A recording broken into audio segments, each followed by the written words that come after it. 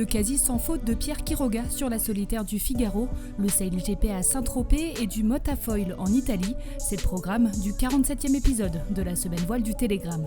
Deuxième, premier et de nouveau premier, le Méditerranéen Pierre Quiroga a frappé un grand coup jeudi à Roscoff en baie de Morlaix où était jugée l'arrivée de la troisième étape de la 52e édition de la solitaire du Figaro. Le skipper massif a devancé le Normand Alexis Loison et le Britannique Alan Roberts. Rapide à toutes les allures, inspiré dans ses choix tactiques, Pierre Quiroga a encore une grande étape de 685 000 à négocier de Roscoff à Saint-Nazaire via le rocher du Fastnet s'il veut inscrire son nom au palmarès de l'épreuve. À Roscoff, nous l'avons rencontré avant le départ de l'ultime manche. Vous êtes leader, avec à peu près 2 heures d'avance sur le deuxième. Comment ça se présente cette dernière étape avec une montée au Fastnet, apparemment pas beaucoup de vent?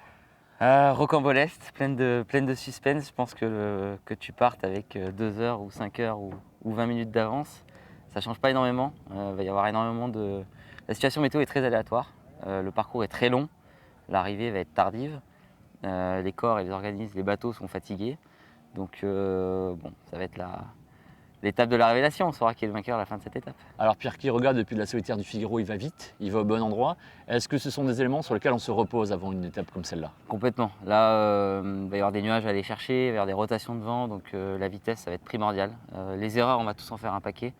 Donc tu rattrapes les erreurs par la vitesse et je vais vraiment me concentrer là-dessus parce que voilà, les erreurs, on va tous en faire beaucoup. Derrière, il y a Xavier Macaire qui rêve de la gagner. Il y a Tom Laperche qui va aussi très très bien. Est-ce que tu vas surveiller les adversaires ou tu vas faire ta course? Je pense que, en tout cas sur la première partie, sur la montée au Fastnet, je vais faire ma course. J'y ai longtemps réfléchi, ça cogite dans ma tête. On me l'a conseillé.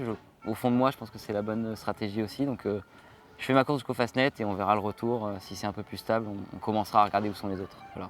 Pierre Quiroga, il vient de l'Olympisme et il est à 2 doigts de gagner la solitaire du Figaro. Est-ce qu'il se rend compte de tout ça ou on fera les comptes à Saint-Nazaire? On fera complètement les comptes à Saint-Nazaire. Je sens qu'il y a un truc qui se trame, je sens que je suis sur mon petit nuage. J'essaie de rester humble et lucide et on fera vraiment les comptes à Saint-Nazaire. Mais c'est déjà beau, je suis déjà heureux. Mais il y a la cerise sur le gâteau, donc on verra à Saint-Nazaire. Merci Pierre et rendez-vous à Saint-Nazaire. À Saint-Nazaire. Chez les Bisus, Gaston Morvan, 9e de l'étape, a conforté sa place de leader en prenant une 6e place au général. Mais il a bénéficié des malheurs de Charlotte Yvain à Roscoff en toute fin de course. À quelques centaines de mètres de la ligne d'arrivée, alors qu'elle était en 5e position, elle s'est échouée sur un caillou dans un endroit qu'elle connaît pourtant par cœur.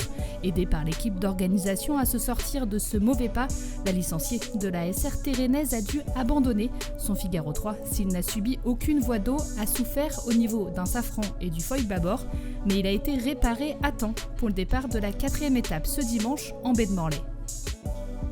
Changement de standing à Saint-Tropez, les catamarans volants du circuit Sail GP ont remplacé l'espace d'un week-end les yachts classiques. Les Japonais de Nathan Outridge ont brillé et les Français de Billy Besson terminent eux à la 7e place à Saint-Tropez et se retrouvent 8e et dernier du championnat avant la 6e étape à Cadix en Espagne.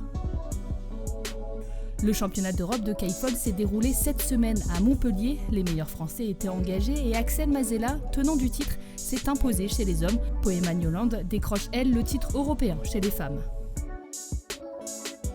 Le championnat du monde de Motafoil s'est déroulé sur le lac de Garde en Italie et a vu la victoire du champion olympique et quintuple champion du monde australien, Tom Slingsby. Retour en images sur cette épreuve de très haut vol où le premier Français, Émeric Artaud, a pris lui la 19e place.